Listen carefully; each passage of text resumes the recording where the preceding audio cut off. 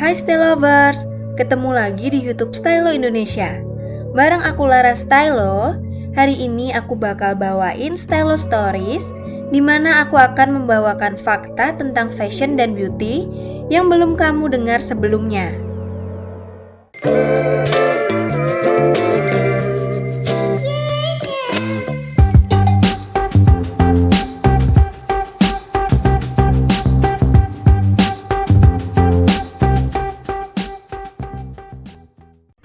Style Lovers pasti tahu beberapa high-end brand yang terkenal.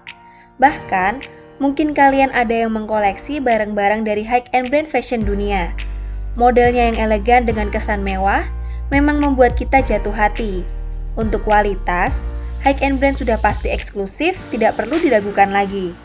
Menggunakan barang branded membuat kita merasa lebih percaya diri dan dapat menaikkan level sosial kita. Bahkan, bagi sebagian orang, menggunakan barang branded adalah kewajiban.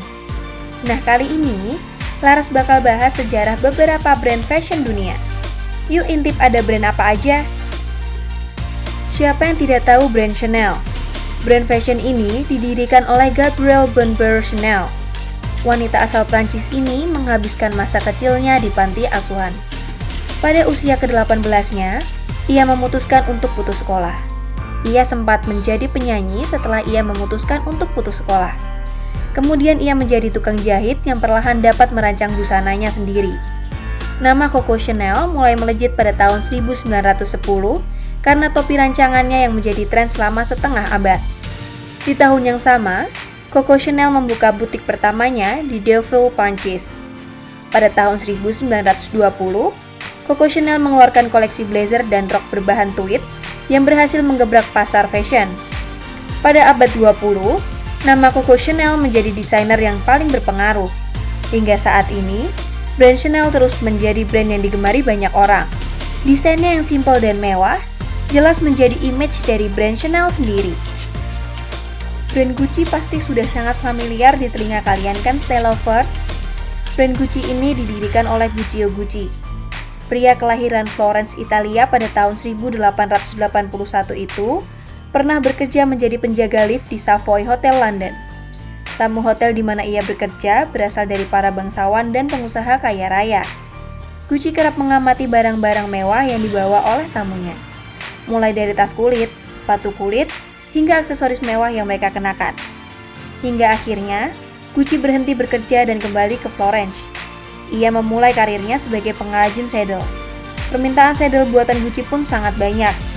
Hingga akhirnya pada 1921, ia membuka butik pertamanya, House of Gucci. Karena berjalannya waktu, peminat sedel mulai menurun. Gucci pun mulai menggambar tas dan sepatu yang pernah ia amati saat bekerja di London. Tas dan sepatu buatan Gucci pun laris terjual. Sayangnya, karena dampak dari Perang Dunia Kedua, terjadilah krisis kulit yang melanda Florence. Gucci memutuskan mengganti bahan produknya menggunakan kanvas dan membedakannya dengan logo G Double. Hingga saat ini, brand Gucci terus berinovasi dan merubah logonya menjadi G Double. Siapa yang tidak mengenal brand Dior? Brand ini didirikan oleh Christian Dior.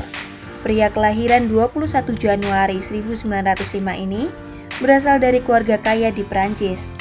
Saat usianya menginjak 5 tahun, Christian Dior pindah ke Paris. Ia mengenyam pendidikan studi ilmu politik.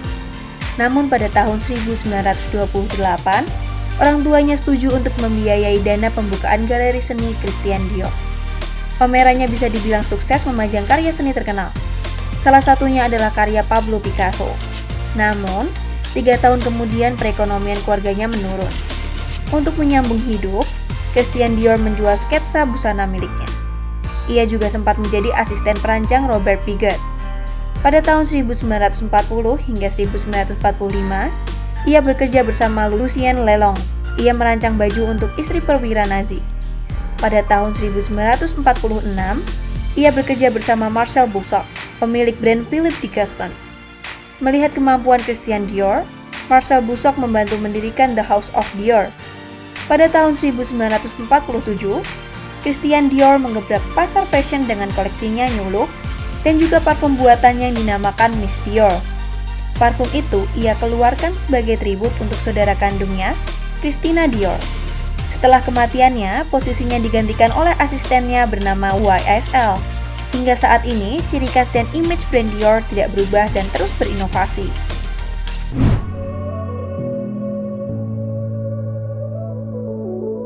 Nah, Style Lovers, itu tadi beberapa sejarah brand ternama dunia. Ada brand kesayangan kalian nggak nih? Lara Stylo pamit, sampai jumpa di video selanjutnya. Jangan lupa like, komen, dan subscribe YouTube Stylo Indonesia.